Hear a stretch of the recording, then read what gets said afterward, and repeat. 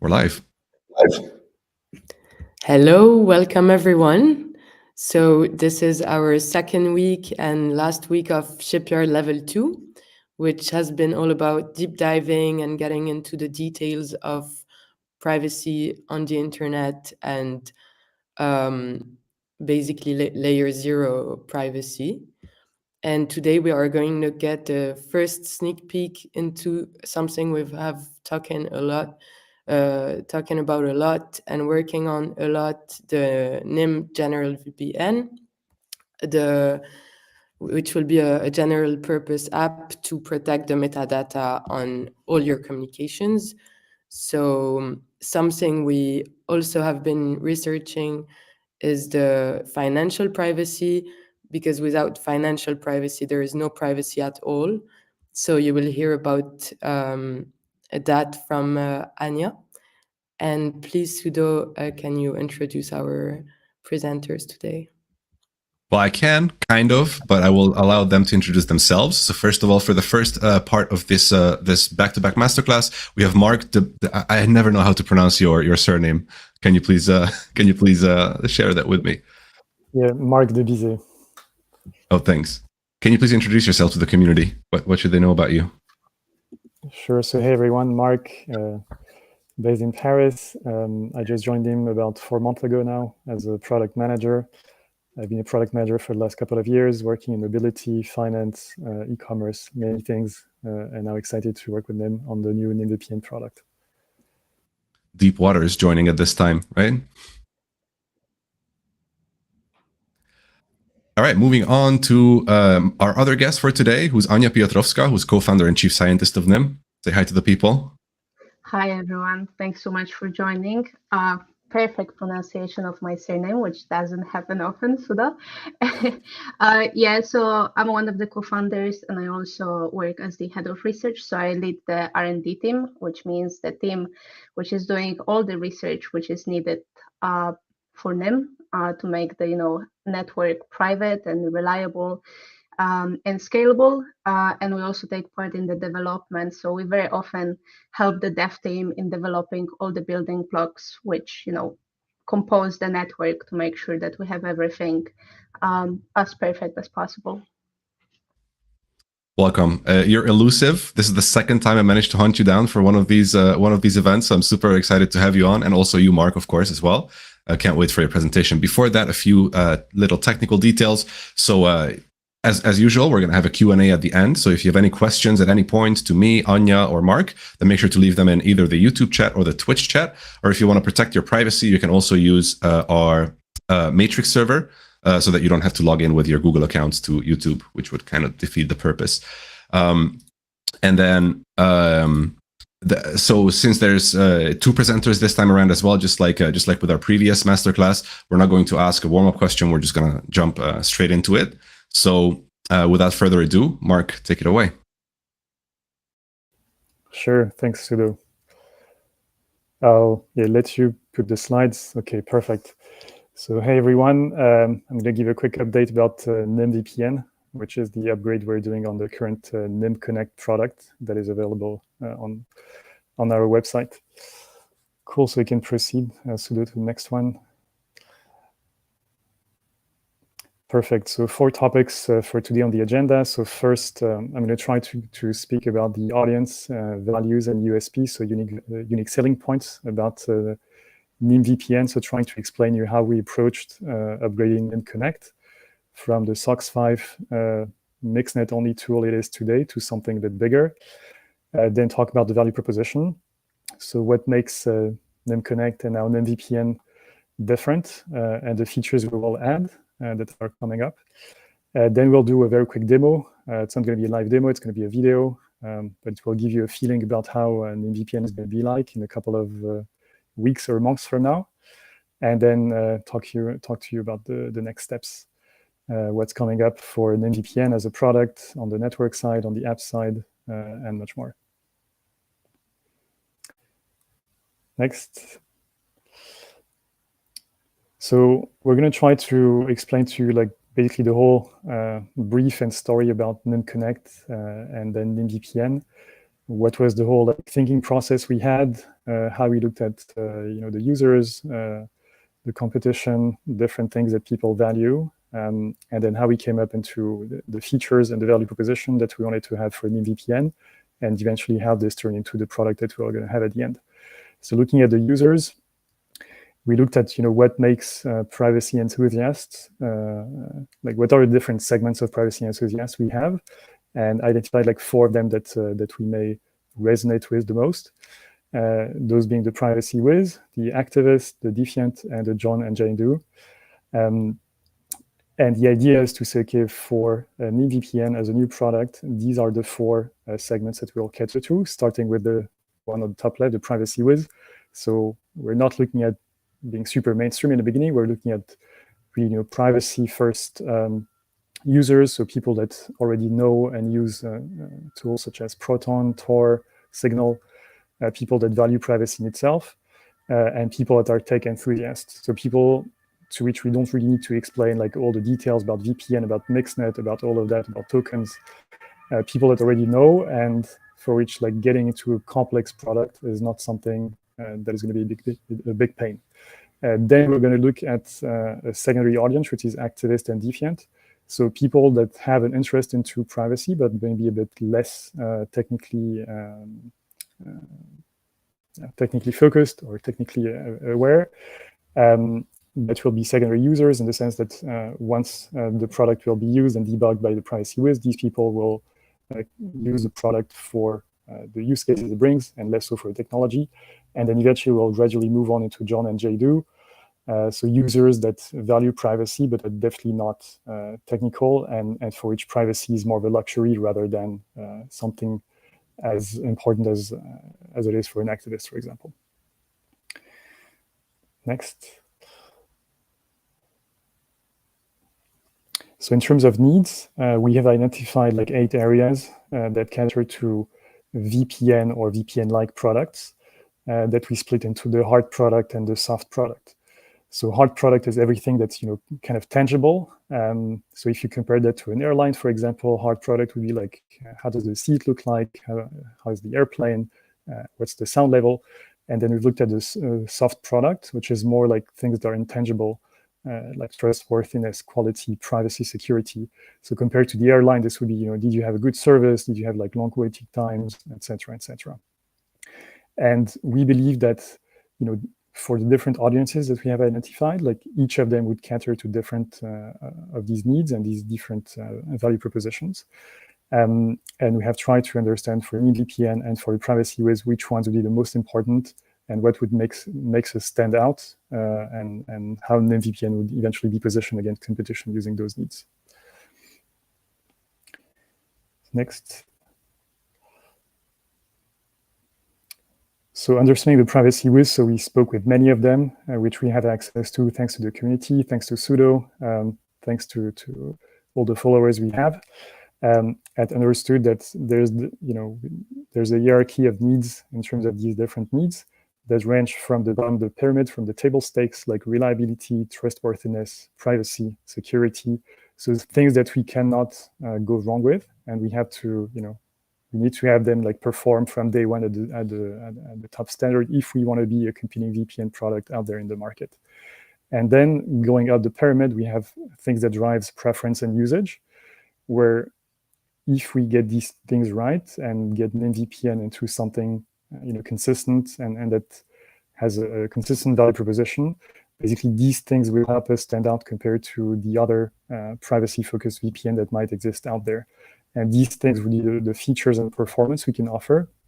And then at the very top, the quality and technology that we have, especially considering the privacy use audience, which we said is comprised of tech enthusiasts, and for which like the technology in itself is a very important differentiator. And we believe that combining the Mixnet and the VPN together in a single app is something completely unique on the market and would really be of a very high interest for people that value the technology.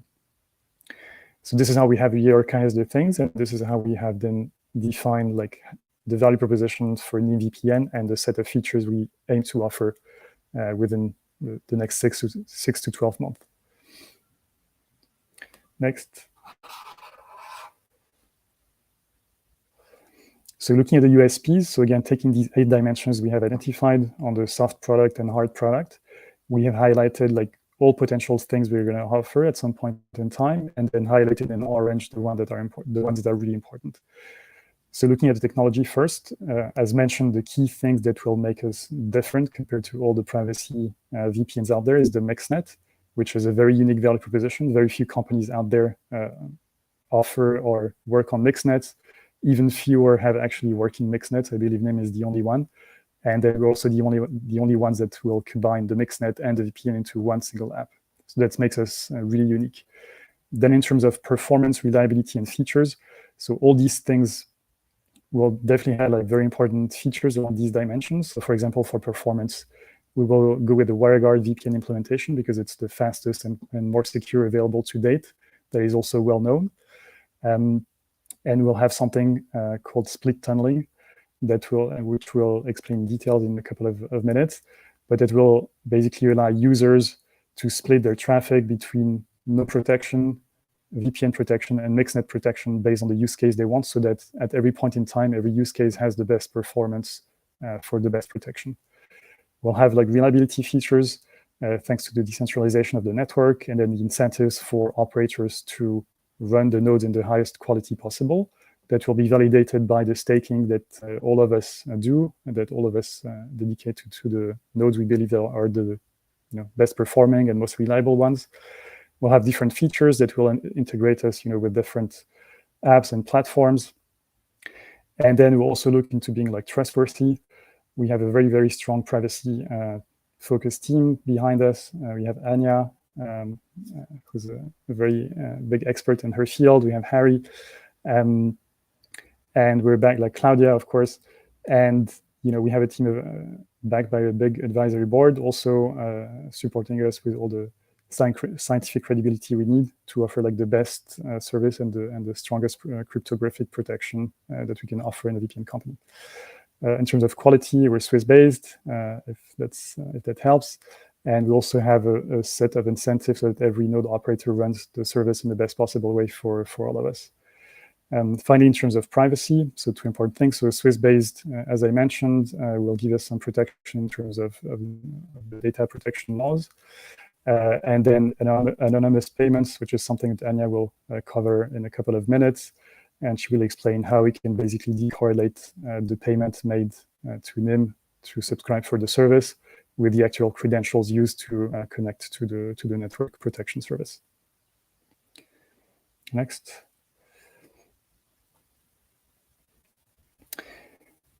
So looking at the value proposition, what we tried to define was, we look at all the things that people do with their computer, with their devices, with their phones, try to map all the use cases they have, and for all of these use cases, understand on the x-axis what is the performance requirement that they have in terms of speed, latency, censorship resistance, et cetera, and then in terms of y-axis, the privacy requirements that they have, going from the low privacy to the very high privacy requirements.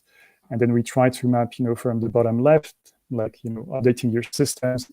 It's something that you don't need like very high privacy for. It's something you don't need a very high speed or latency, and something that upgrades in the background, not super important, all the way to doing like, browsing, downloads, crypto conferencing.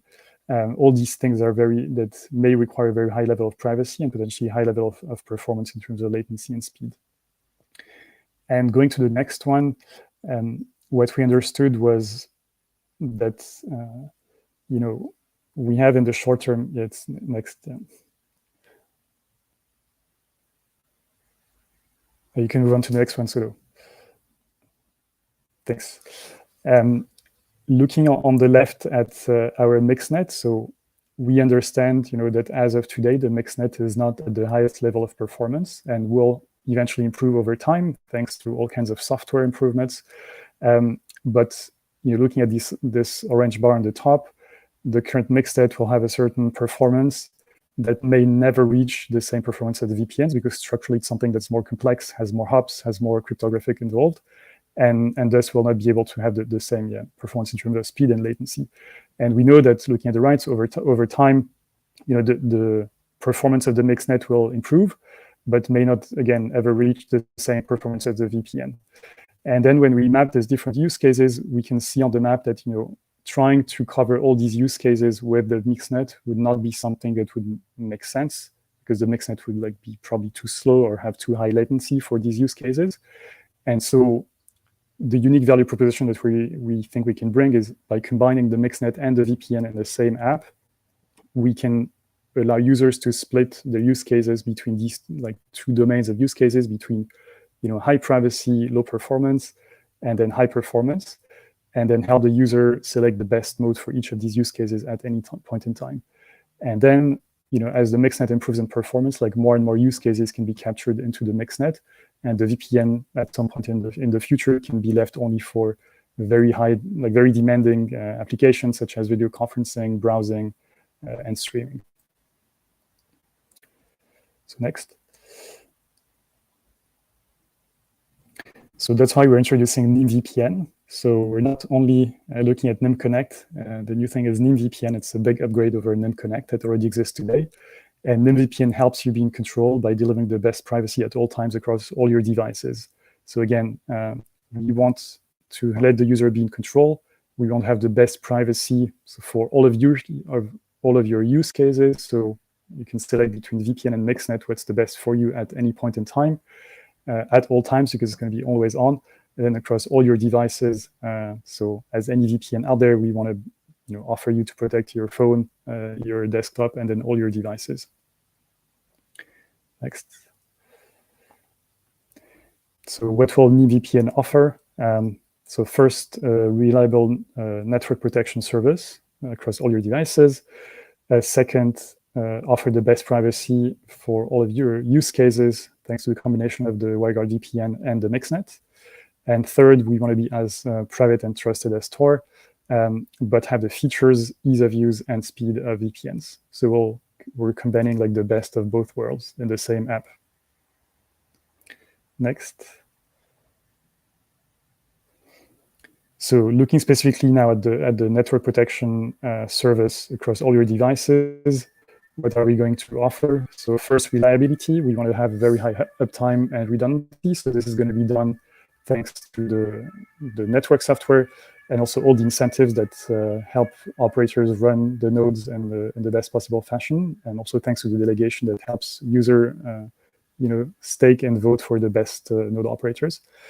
It's going to be full network, meaning today we offer Nym Connect only through a SOCKS 5 connection that only allows, I think, a dozen of apps to work through the Mixnet.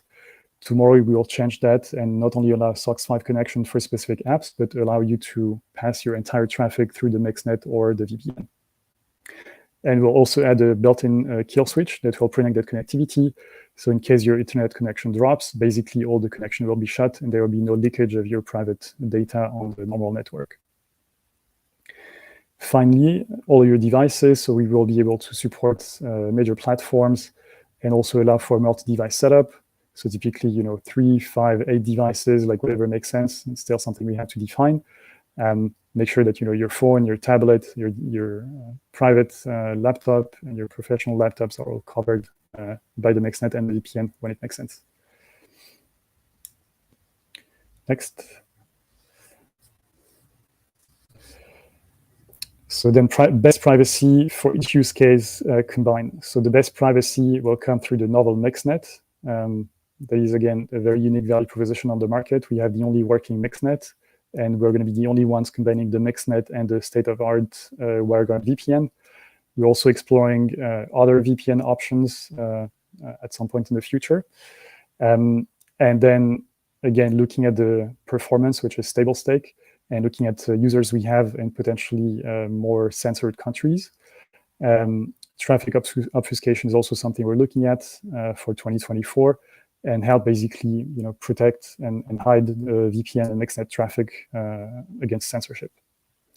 Then for each use case, so soon we'll introduce split tunneling. So if you remember the graph with the 2 axes and the different use cases, so soon we'll be able to let you select which apps and websites will send their traffic to the Mixnet or the VPN. So you'll be able to say, for example, Telegram the messaging, I want this to be very private. It doesn't have very high performance requirement because I'm ready to wait a second for a message to be sent. I'm going to say, okay, all my Telegram traffic will go to the Mixnet. On the contrary, if I use, Brave, Safari, whatever for browsing, I'm going to say, okay, my browsing somehow private, but I can live with it. What I want is like very high performance. I'm going to say, okay, all my web traffic goes through the WireGuard VPN. And this is something we're really keen to provide, and this is something we're going to look into in 2024. And we're going to offer like very granular details, very granular controls for the users to be able to select like the best settings at every moment in time.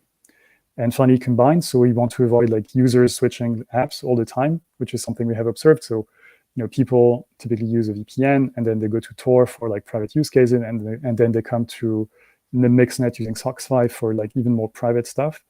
What we want to do is basically offer all of that in one app with one single button.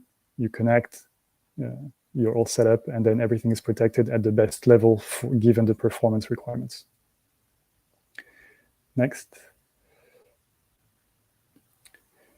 Then finally, we want to have the privacy and trust levels of Tors, and then features, ease of use, and speed of VPNs. So from Tor, we're very different from Tor, but similarly to them, we'll offer like multi-hop connectivity. So we'll have ultimately like a 5-hop system in the Mixnet and a 2-hop system in the WireGuard VPN. We'll have anonymous credentials and payments, which is what Ania will cover in a minute. And then we have the economic incentives for the operator to maintain the privacy, as mentioned. And then we want to have the speed and ease of use and features of VPNs. So we're working hard to have a very nice UX. So it feels like very simple, not only to connect, but also to understand the difference between the Mixnet and the VPN and select the best setting at every point in time. Will allow user to also select the country in which they want to exit, which is a very important part of a VPN value proposition, to decide whether they want to exit in some country because they want to do like streaming or watch some sport, or if they want to connect to their home country or another country to do some admin work or connect to their bank account or whatever is geofenced. Will of course allow you to manage your subscription. You'll be able to buy using combination of fiat, Nym tokens, but also cryptocurrencies. You'll be able to top up the account and then connect and disconnect different devices. And then, of course, like trust being a very important factor of the value proposition. You will have access to very clear like privacy policy, explanation of what being Swiss pays means, etc., etc. Next. And now we have a short demo, so I hope the video is here. Yes, okay, it's a bit small, but I hope you guys can see it. So yeah, we'll start with the home screen. Press get started, create the account. It's going to be purely Bionic based. So you'll have to save those. Then proceed with the payments. You'll have to select like which plans you want, and then you'll be able to pay with credit card, debit card, crypto, or Nym. And then join the main screen, which will allow you to select between the two modes, between Mixnet and WireGuard. Then select the countries in which potentially you want to enter and exit. While you can also decide on leaving that up to Nym to select like the best server based on where you're based and based on your privacy preferences, and then basically just connect. You'll be connected, and then a setting screen will allow you to basically select different settings, like having auto connect at app start, or having the kill switch that protects your traffic if your internet connection drops. And here, I mean, in this video, this is opt-out by default, but we'll make that opt-in following user tests we had. Yeah, so that's basically, it's a very simple app in the beginning. And then at a future point in time, we'll offer that feature I just mentioned about split tunneling, where instead of having just these two modes and having the user being able to switch between the two modes, you're going to be basically able to configure from the get-go which apps will send which traffic through which network, like Mixnet or VPN. And then everything will be automated, and the user won't have to select anything. And then I guess the next one is the next steps. What's coming up? So what we're currently doing is we're upgrading the network. So we have a working Mixnet, but we're adding the support of a WireGuard VPN that will go through the exact same infrastructure, only in a 2-hop setup instead of a 5-hop setup. We're updating the apps So Nym Connect will become eventually a Nym VPN that will combine the Mixnet and the VPN implementation. We'll also add support for mobile apps, which is something that our users have asked for a long time. Then we'll add the ZK Nyms based credentials for private payments, which is something Ania is going to talk us through in a minute. And finally, short announcement, we are going to release very soon a Nym VPN website with a waitlist. So stay tuned, don't forget to sign up. And by signing up, you'll be able to be among the first to get to try it and join the private beta and get free access for a short amount of time and help us improve the service in the beginning. And I believe that wraps up the presentation of Nym VPN. So back to Sudo. Excellent presentation. Sorry for jumping back to the previous slide. I was reading through chat and you said next, and I was not sure whether you said it as part of what you were saying or you wanted the next slide. Excellent presentation as always. It's really nice to see NymVPN shaping up like this. I think while Ania shares her screen, which you can already do, Ania, and then it will be brought in the actual stream once we're ready. I will ask you a community question. I think you kind of covered this, but you didn't give an exact date. So Andre is asking, thanks for the question, Andre. When do we expect a release of Nym VPN? Yeah, so we're working very hard on that. As you said, it's very hard to commit on launch dates for these things. So the best advice I can give is stay tuned, sign up for the newsletter if you have a burner email. Keep an eye for the upcoming Nym VPN website. It's going to be announced on all our channels, and sign up for the waitlist to be among the first to get to try it. But yeah, we're talking about a couple of months, not so it's not days, it's not weeks. So it's between weeks and months. Yeah. All right. Wait. Oh, there's another question I need to ask from you. Also, community question. Will you release a mobile or a PC demo? This is from Papu. Thanks for the question, Papu. So initially, given that we offer currently only desktop, we'll continue with that. Basically upgrade the existing Nym Connect apps that we have on desktop, and then eventually from there, upgrade that to mobile versions. Okay, since we only have like one more VPN-specific question, I'm also going to ask this one.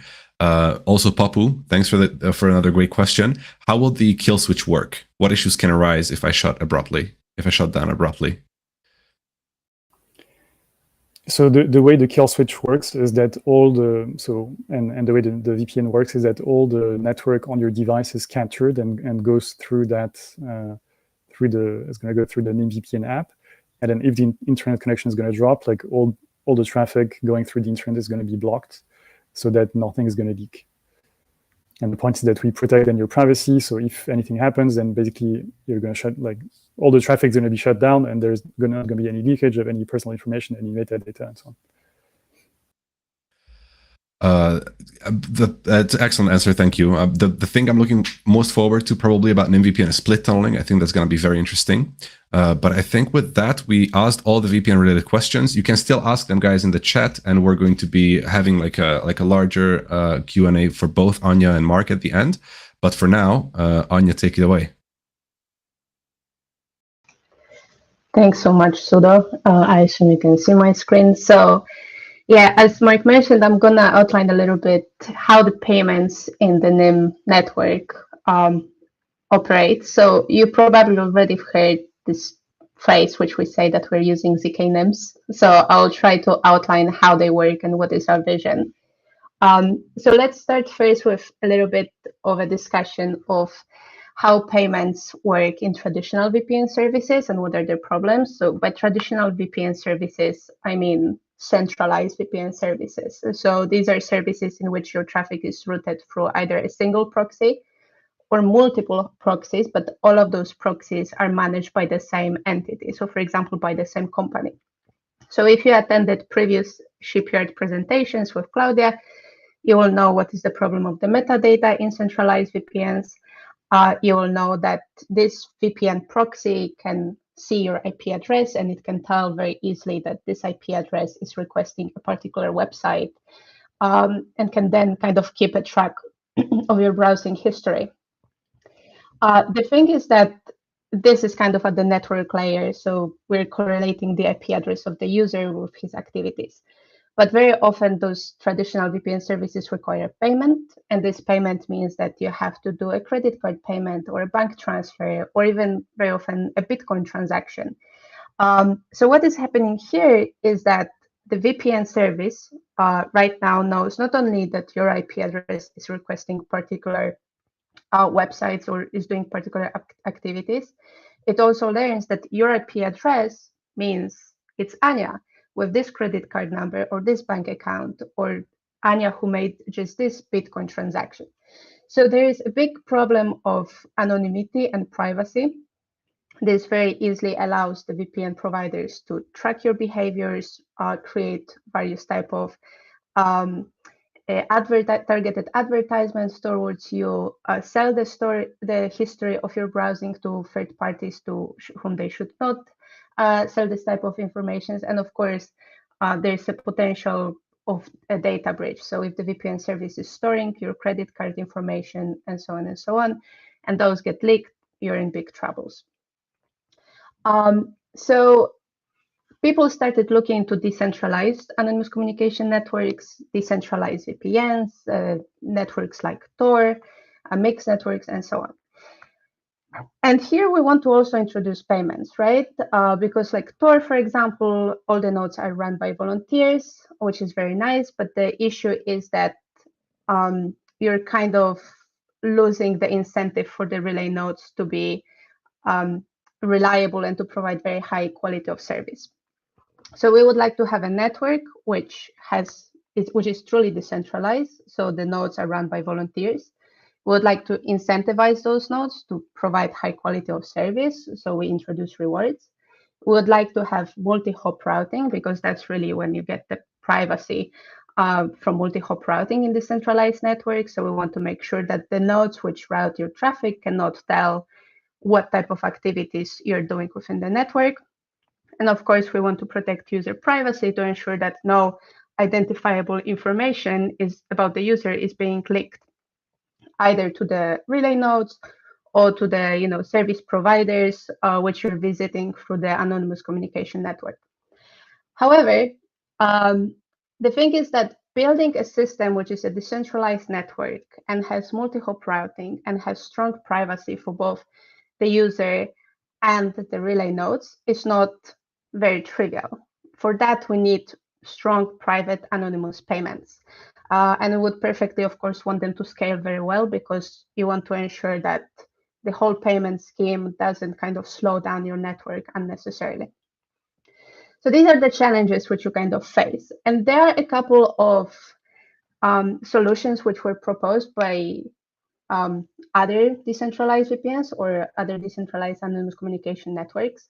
One of them is the use of payment channel networks. So for those of you who are familiar, you will recognize that payment channel networks is, for example, the Lightning Network, right? So the idea is that the payments are happening off-chain. You kind of open a payment channel between two nodes, and they are kind of transacting off-chain with each other. And then at the end, there is a closure of the channel, and the funds are being released to each of the nodes. And this has been utilized by some of the decentralized anonymous communication networks to try to introduce the private payments in their multi-hop routing scheme. So now, when I route a payment, I route it through a path. The nodes need to have a payment channel between each others, and they will be kind of settling payments as my packets are going through this route.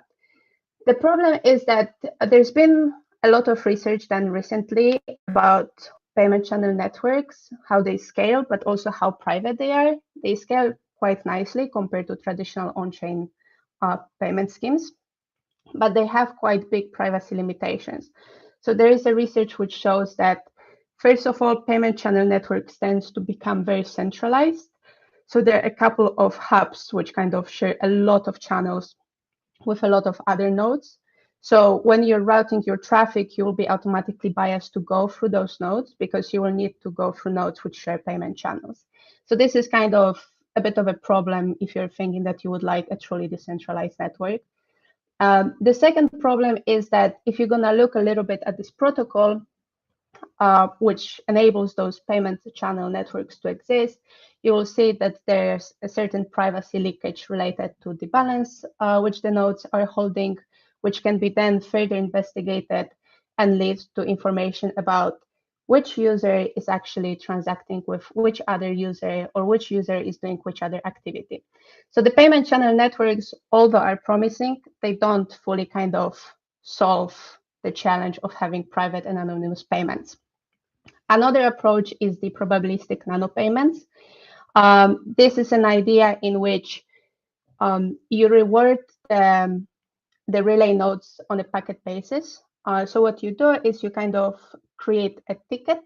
This ticket is kind of like a public record on the blockchain, which stores your address, the address of the node to which you want to pay, some amount, and some timestamp.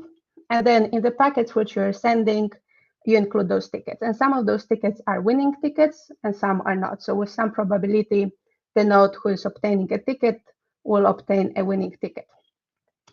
The limitation of this approach is that when the ticket is a winning ticket, what is happening is that the node has to kind of claim this ticket to get the funds. So on the blockchain, you'll have a record of this winning ticket, and you'll have an information saying this user paid this amount of money at this time to this particular node. So that's problematic because this is already kind of an information leakage publicly visible on the blockchain, which says which nodes are utilized to route my traffic. And if you're doing this probabilistic nanopayments on multi-hop routing paths, and let's say you have 3 nodes, if it happens that 2 nodes get a winning ticket, you have 2 public records which link those 2 nodes to be involved in exactly the same routing path and link to the same user. So suddenly what happens is that your middle or exit node in this multi-hop path learns that actually I was routing traffic on behalf of Ania. So this is something what you initially wanted to hide in anonymous communication network. So again, those probabilistic nanopayments, they are promising. They give you certain type of payments and rewards for the nodes, but they're still not perfect, and they don't kind of tick all the privacy boxes which we would like to envision in a network which is decentralized and multi-hop. And the third idea, which is used by some of the existing decentralized VPNs, is to utilize the smart contract-based payments. So how it works is that if I want to use a particular node as my proxy, I'm gonna make kind of like a promise of a transaction. It will be signed by me. It will be signed by the node which is providing me bandwidth. And then when the provider is giving me some bandwidth to route my traffic through this particular node, they can claim this promise ticket, and they will get rewarded. And they're gonna claim it through a smart contract. The problem here is exactly the same as before. So again, despite the fact that you're trying to kind of hide the information, which nodes are being used, or that you're using the network and so on, there will be a blockchain transaction showing that this particular person paid to this particular relay node this amount of money for routing their traffic. So this is like a solution which is, for example, employed in Mysterium. And the problem here is that this can work to some extent when you have single hop routes, but this will completely fail with multi-hop routing. Because with a single hop, of course, like the node knows that Ania is giving me some traffic to route on her behalf, so she can browse the internet. But in multi-hop routing, the nodes should not know, the middle and exit node should not know who is the requesting sender, and the entry node should not know where the traffic is going. But if you have this type of transaction on a blockchain, which kind of stores my address and the node's address, they can very easily learn who is asking them, even if they're as the second or third hop in the network. So we've looked at all those protocols which exist, and none of them were meeting the criteria which we wanted. So we observe that we cannot have them in a network which we want to be fully decentralized, where the nodes are run by volunteers, the network which we want to be multi-hop, and the network which we want to ensure provides a strong user privacy. So for that, we came up with an alternative solution, and this is exactly where the ZK names come. So I'll now tell you a little bit about the ZK names. First, a little bit on what they are, what are their properties, and then we're gonna go and look how do they integrate with the actual fiat payments which the users will be doing when they want to use the NymVPN app. So what are those ZK names? ZK names are a mix between anonymous credentials and digital Ecash. So it's kind of like a cryptographic protocol which is built using several strong cryptographic primitives. We have the zero knowledge proofs to ensure that we can prove easily certain things about some statements without revealing details and secrets. They are using blind digital signatures. So we want to have a way to authorize the payments without the need to reveal some personal information. And then we also use secure cryptographic commitments. So all those things build ZK names. So the ZK names are like this big box full of different things. Very often I am asked how ZK names compare to zero knowledge proofs, or how do they compare to ZK snarks. You can't really do like one-to-one comparison because ZK names are more than just zero knowledge proofs. So zero knowledge proofs are one of the building blocks, but there's much more on top of that as well. And what are the properties of the ZK names? So the key properties is that, first of all, the unlinkability. So we ensure that the user identity or the payment information, like credit card, bank account, and so on, cannot be linked to the online activities of that user. So your identity, the number of the credit card which you're using to pay, will never be correlated by anyone in the network with the fact that you're browsing bbc.com or with the fact that you're subscribed to some streaming service and so on and so on. This, of course, leads to the fact that there's no tracking history. So the nodes or the providers which you're using, they cannot correlate your different activities. So what's going to happen is that you can access today bbc.com, tomorrow access youtube.com using different nodes.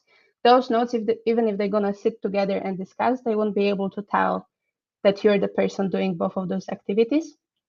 So they can't keep track of your browsing history or what you're doing online. And the third property is that we not only offer the privacy for the users by using ZK names, but also to the relay nodes. So there is no information anywhere on the blockchain or in the ether flying around, which would say that today this user used those nodes to relay their traffic, or they paid those nodes to act as a bandwidth providers. Simply, there's no information like that. I will mention here that the whole ZK names, the ones which we're aiming to have in the Nym network, is based on a research paper which we published a couple of months ago at PETS. PETS is the Privacy Enhancing Technology Conference. I put here on the slides the link to the paper if anyone would like to kind of dive into the detailed crypto. I won't be covering the detailed crypto, but yeah, if you're interested, just feel free, and then you can always send me some questions and so on. So I've mentioned that ZK names are kind of a mix between anonymous credentials and digital Ecash. So just to make sure that we're kind of on the same page all together, I will explain how digital Ecash works. It's a quite old protocol. It has been introduced by David Chaum, and then on top of the basic protocol, there were many more protocols being constructed, and it was an evolving research field. But in general, it works quite similar to a standard, payment scheme. So we have three entities. We have the bank, the user, and the merchant. If the user would like to buy something from the merchant, he needs some money. So he needs some digital Ecash. To get this digital Ecash, the user contacts the bank and gets and engages into a withdrawal protocol. During this withdrawal protocol, the bank issues the user a wallet. It's like a digital wallet. Don't confuse it with cryptocurrency wallet. It's a little bit different thing. It's like a cryptographic wallet. So the bank issues the user the cryptographic wallet, which has a bunch of coins. And now the user can purchase things from the merchant by spending those coins, one or many. So the user will send the digital coins to the merchant, and the merchant would provide a service or some goods to the user. At some point, the merchant can, of course, cash out those digital coins. So he will contact the bank, deposit the digital coins, and obtain funds in exchange. So, for example, he will exchange it for a fiat payment or some other cryptocurrency payment, and so on. The two important properties of digital eCash is the unlinkability and double spending detection. So unlinkability means that even if we have the bank and the merchant colluding, or we have a bunch of users colluding with the bank, or the bunch of merchants colluding with the bank, we cannot correlate the withdrawal and the spending phase of eCash. This means that the moment when you obtain the coins becomes independent from the moment when you spend the coins. And this is in the case of like spending just one coin, of you making multiple spendings throughout, the duration of time. So we cannot really correlate those two actions. So your actions are unlinkable. So if you withdraw a coin from the bank, even if they're gonna collude with the merchant, would be able to tell what are you paying for with those coins. This comes from the cryptographic properties and how the whole protocol is being designed. The second property, the double spending, of course, ensures that you cannot, as a user, double spend coins. This is to protect the integrity of the system. And in eCash schemes, you can do it two ways. We have schemes which are online, and we have schemes which are offline. Online means that the merchant checks for double spending detection before he accepts the payment. So if the user comes knocking at his door, is giving him the digital coin, the merchant says, wait a second, I'll first check with the bank that this coin hasn't been double spent. And if it hasn't, I'll give you some goods. The offline scheme works a little bit different. In the offline one, when the user comes knocking at the merchant's door and gives him the digital coin, the merchant just takes this coin. He's like, that's what you're giving me, I'm taking it, here's your service, or here are your goods. But then the merchant submits all the coins he collected with the bank, and the bank runs a special double spending check process. Because each coin has a serial number encoded in it, the bank performs a sequence of kind of like mathematical comparisons, and is able to identify if a coin has been double spent. And this double spending will result in revealing the user's public key. So now the bank will know that this is the user who tried to double spend a coin, and the bank can punish the user in some way. So for example, he can take away some funds from the user, he can blacklist him, he can publicly shame him, you name it. So this is about the digital eCash. And our ZK Nyms are quite closely related to the digital eCash. However, we do a couple of changes. So the first change which we do is that, as you saw on the previous slide, the traditional digital eCash assumed that there is a centralized bank. This won't work in a network which is supposed to be decentralized. So as the role of the bank, we use the Nym API nodes. These are nodes run by independent parties, and these will be the nodes which will be responsible for issuing the users their digital coins. So how is it going to work? Imagine that you're the user, you're going to the Nym website, you would like to subscribe with the Nym VPN. You click the Buy Nym VPN button, you pick your subscription, and then what is happening is that you're asked to provide a payment. And this payment you're being asked to provide in fiat or maybe in Bitcoin and so on. I'm going to cover the fiat part, but the other ones were quite similar. So you're asked to perform a fiat payment. Before you're going to perform that payment, you will be given a fresh, unique Cosmos keeper. This will be generated for you in the browser in like a secure way. And what's going to happen is that when you do the payment, the Cosmos address, which you just have been given in the keeper, will be sent together with your payment to the payment provider. Now, as an example, this can be Stripe, for as a the entity to support the payment process. So Stripe will get your payment. It's a credit card payment or a bank account payment. They will verify that it's a legitimate money, it's a legitimate credit card, and they're gonna accept the payment. They're also given your Cosmos address. They don't do anything with it. They just simply see that there is a certain Cosmos address which has been given to me as like additional information, and I just keep it for now. And then Stripe will forward the information to the NymVPN API that a user with this Cosmos address made a payment for the NymVPN. They subscribed, let's say, for a month, and the payment was successful. What the NymVPN API will do is that they're gonna send you a number of Nym tokens to this Cosmos address, which was just provided by Stripe.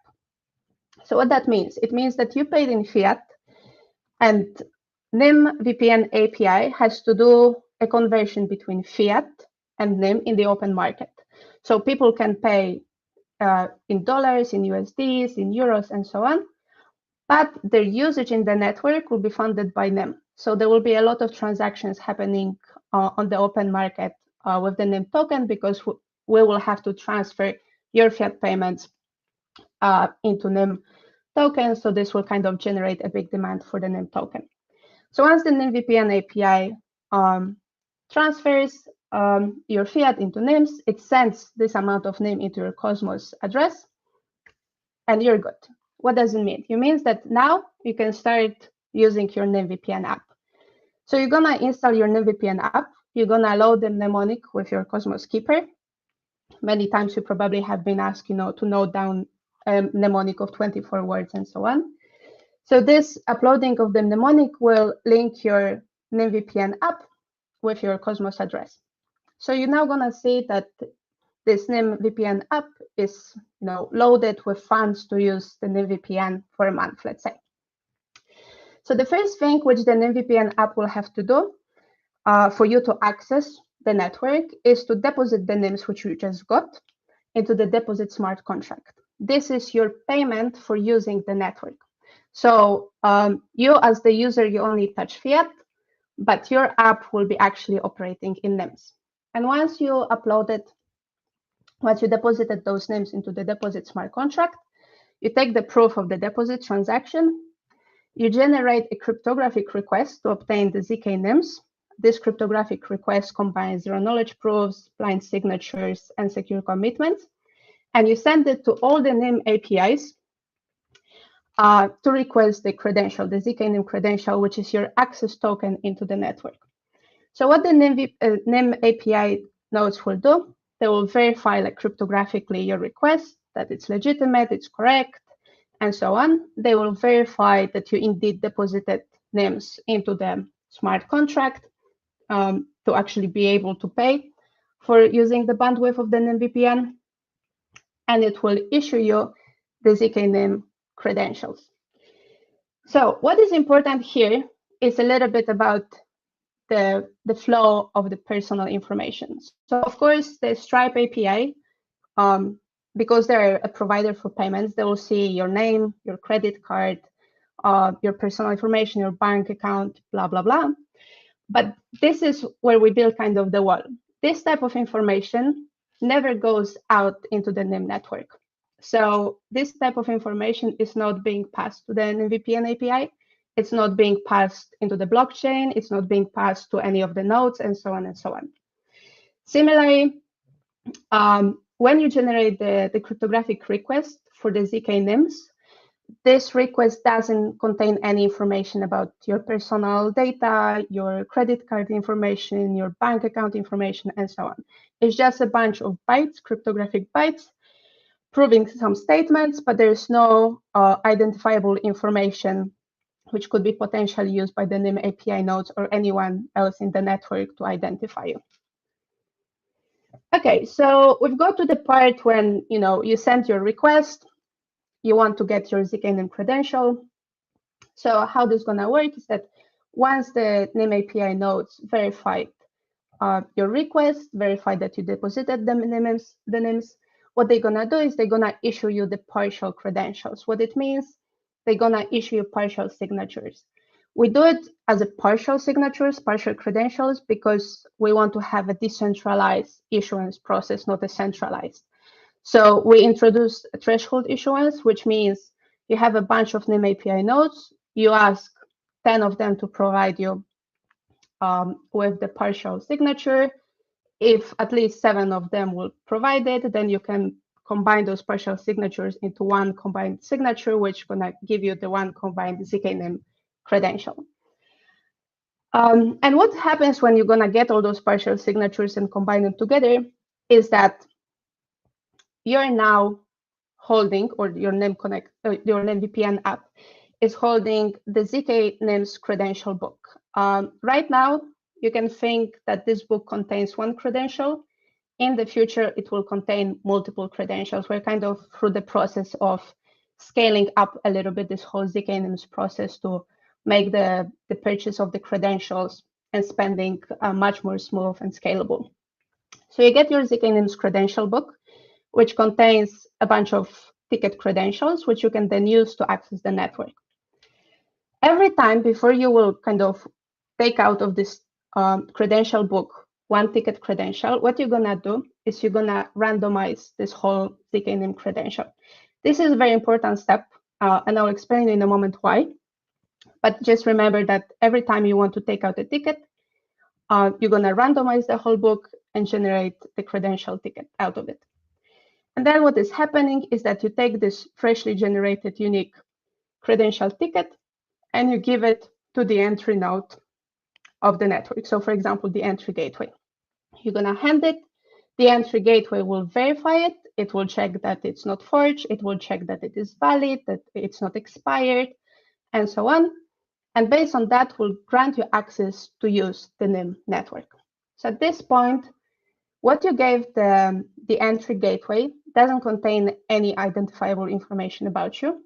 It's just a cryptographic construction proving that you paid for using the network. It's proofs in the zero knowledge. And you're being granted access into the network. Importantly, those tickets don't leak any information about what you will be doing in the network. So they don't contain any information, which websites you're planning to visit, which services you're planning to access, and so on. And about double spending, the entry gateway can, before accepting, as I said, check for double spending. And the check is done then with the Nym API nodes. Or it can not do the double spending check. It can just accept the ticket and then at the end of some period, go with all the tickets it collected for the Nym APIs to do the double spending check. Probably in the long term, that's the solution for which we're going to opt. So the offline scheme, in which the gateway doesn't have to instantly check for the double spending of the tickets, but rather periodically. This will just make the whole process much, much faster. So I've mentioned about this randomization step. This is very important because by randomizing the ZK-Nym book, what is happening is that you separate the issuance process with the spending process. So the Nym APIs, they issued you the book. You got it aggregated. You have this credential book, the ZK-Nym huge credential. It has certain byte representation. Every time you're going to randomize it, it's going to change. It's still the same ZK-Nym credential. It still has the same properties, but you change how it looks. So it also changes how the tickets which you draw from this book look like and makes it impossible to link the tickets coming from the same book together. And the very important thing is that, as I said, the entry gateway doesn't learn any personal information from those tickets. Those tickets don't contain any information about the destination of the user activities. And even if the entry gateway and the Nym APIs will collude, and the entry gateway will go to the Nym APIs and say, look, I have this ticket. Someone gave it to me. Can you tell me to whom did you issue that ticket? The Nym API is not able to tell that from the cryptographic standpoint. They can try very hard. They can all sit together and brainstorm, but they won't be able to do it. And this is exactly thanks to this randomization step. So what do we get together? By introducing those ZK Nyms, we have a payment scheme which protects user privacy. So as you saw on the diagrams which I had, is that we really like build the wall between the moment when you share any private information of the users from the whole activities which you have in the network. So even the entry gateway, they not only don't learn any personal information, they won't even learn your Cosmos address. So this was left in the issuance phase and will never be kind of repeated in the spending phase. So we ensure that user identity and their personal data is being protected.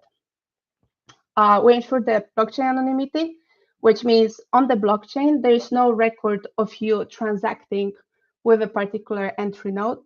There is no transaction showing that you used a bunch of relays because you never actually pay directly those relays. You only pay the entry gateways. And those, this money is kind of put into the reward pool, which then is periodically distributing rewards to the nodes. So there is no like this information which could be potentially exploited by third parties to tell which nodes are you using, what type of paths are you selecting, and so on. We have the transaction anonymity. So exactly as I said, there is no trace of transacting with any of the entities in the network. There is nothing what would potentially allow you to build a transaction history and so on. We ensure the activity confidentiality, which means that no one in the network, neither the nodes, neither the network observers, neither the issuing Nym APIs can tell what type of activities are you doing. The only information which they have is that you're using the Nym VPN, you paid for using the Nym VPN, but that's it. They cannot tell where in the network you're spending your coins or why did you actually decide to use the Nym VPN and what you're doing. And of course, this allows us to ensure no tracking. So we cannot track your different activities across the time. We cannot tell that today you're browsing BBC, but tomorrow you will be streaming some movies. This is all completely shielded from anyone, even if the nodes in the network are colluding.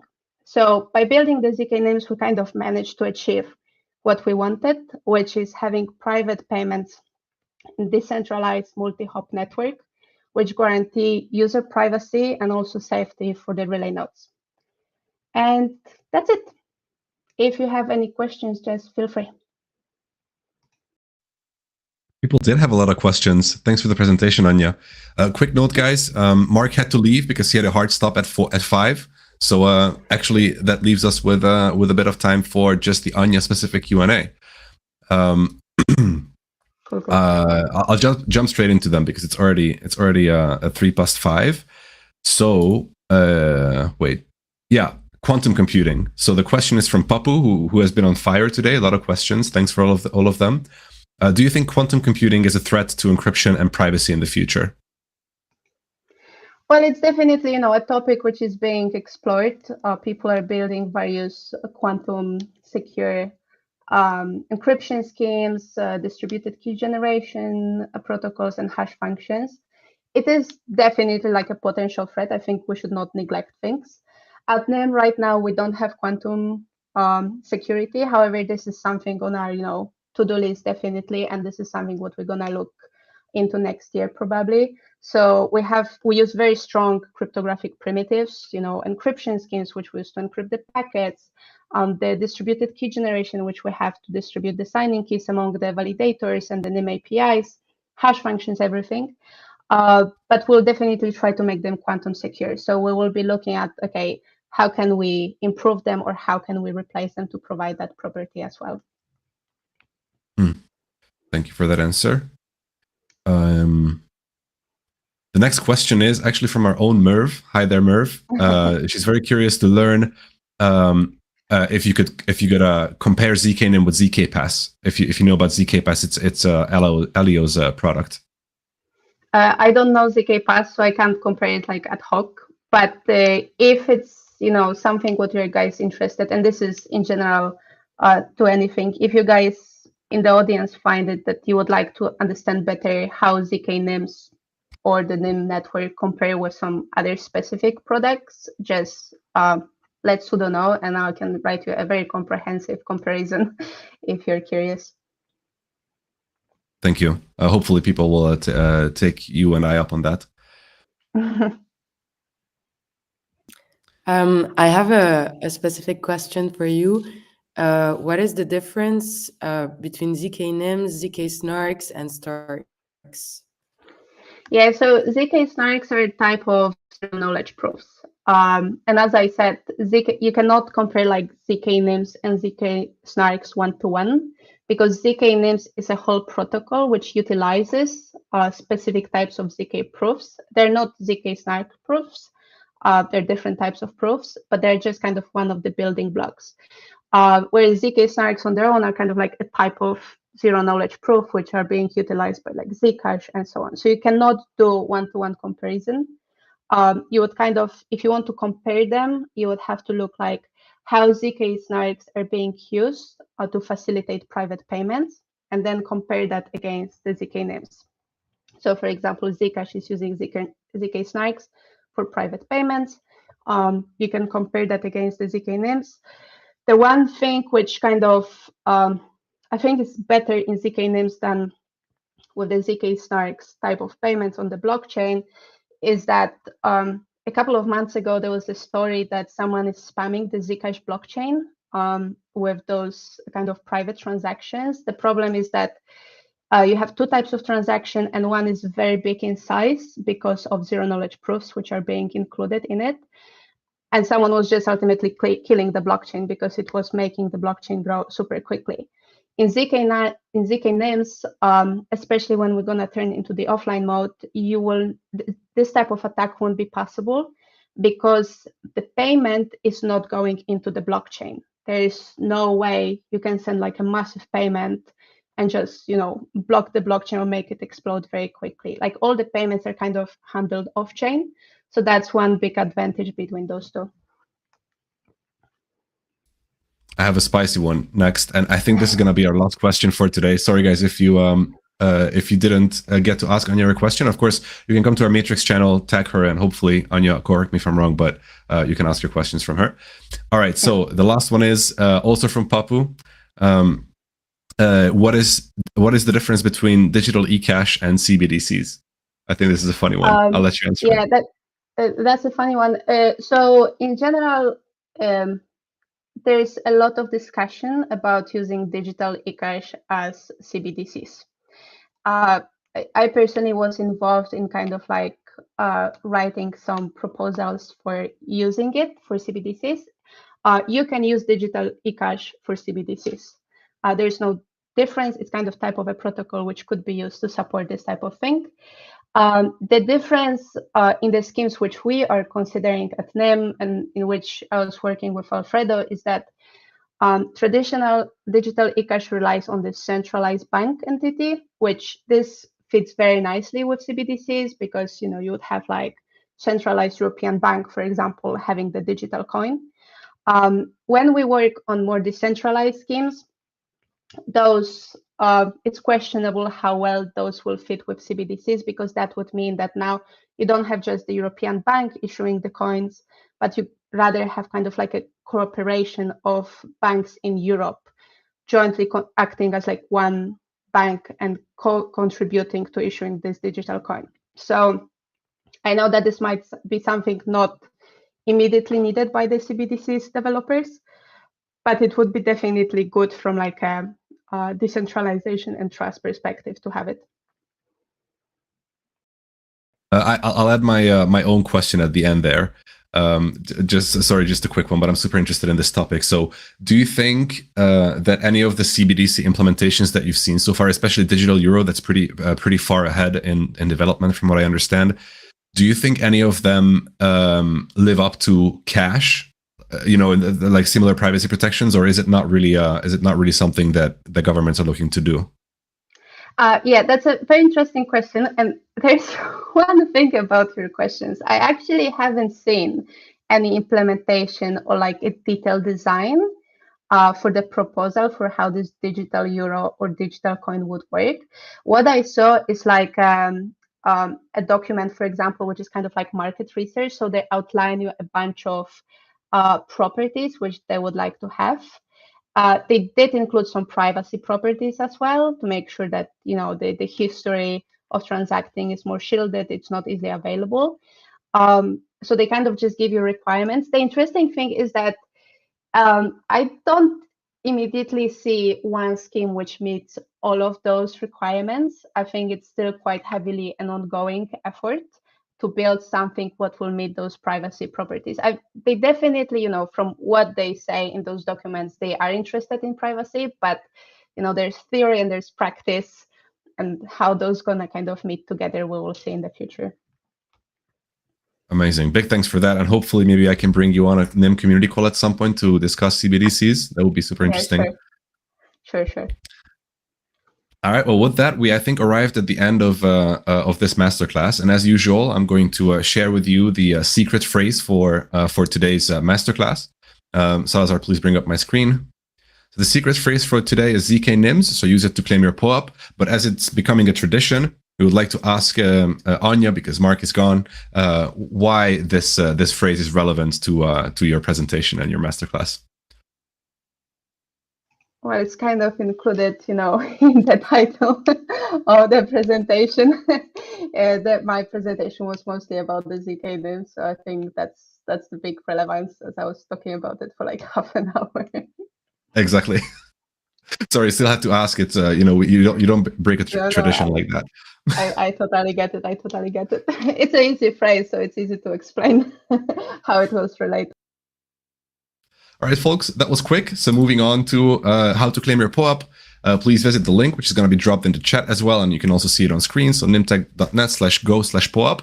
And you have 15 minutes to claim your POAP, and the phrase with the same spelling and including the, what's it called? The dash as well, as ZK Nyms. And then about the next steps, one of the most important next steps is for you to join our town hall, which is going to be the first Nym town hall, which is happening this Thursday at 3 p.m. UTC. So now you found out about a lot of general stuff about Nym, you kind of understand our technology and our vision and our mission. But if you want to know what's going on at Nym at this present time, this is going to be your absolute best bet. It's going to be a very jam-packed event. Hopefully we can keep it within 1 hour, but we're not sure about that yet. And you can learn all the latest updates, including a roadmap update from Harry and much, much more. So make sure to join it. It's going to be at the same time, on the same channel. And of course, as usual, do the reading. So after this masterclass, we'll be sharing a list of recommended and mandatory readings. Make sure to read those. And also PSA, don't forget to claim your rewards for level 1, because the vouchers will be expiring on Thursday. So make sure to do that. You got an email about it on, I think, last Friday, maybe, or something along those lines.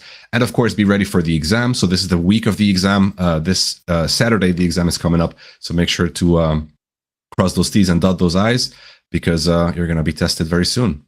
Which brings us to the actual, and this time for real, end of this masterclass. Huge thanks again for joining, Ania. It was an amazing presentation. Thank you so much for having me. Thanks a lot. And if anyone has any questions, just pass them to Sudo, and I'm always happy to answer and clarify things. Thanks for that. And also, if Marc is listening to maybe the recording, big thanks for that as well, because his presentation was great as well.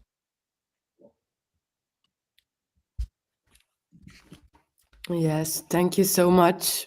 Thank you, Ania. Thank you, Sudo, and everyone listening. Bye, everyone. Have a nice rest of the day. Bye.